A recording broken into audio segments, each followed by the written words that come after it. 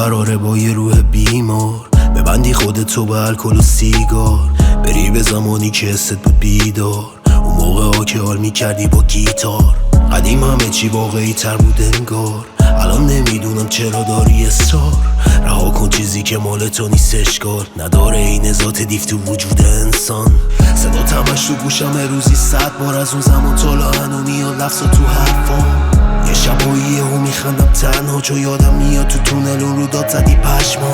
برام مهم بود وقتی کج میشد اخماد یا که گیر میدادی الان با هم حرف زن تنها.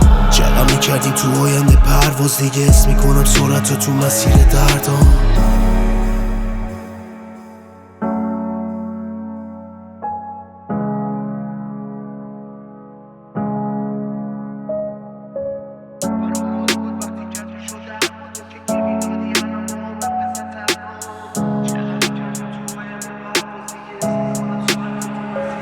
منم که یکی از مسیرهای زندگیم و اشتباه رفتم، الان که سرگیجه دارم قرار میذارم با خودم که حرفای دلم و دیگه هیچ وقت هیچ جا نزنم امضا تمام.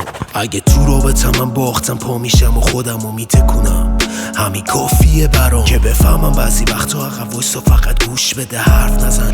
صبح میشه شبام گذشتم و دادم لوکار میداد بهم حس بعد زل زدن تو آینه باعث میشد بدم گاهی رد. همش سیگار پشت سیگار با یه بطری آب تلخ غرق شدن تو افکار بد واسه مریض فاجعه است. همون غروری که تو خلوتش منو لقمه کرد الان توی صفای نیست تا ببینه رد من. تموم شده حس من تو نبردی تن به تن، چون کسی که بود با یه روز از همه چی کند و رفت.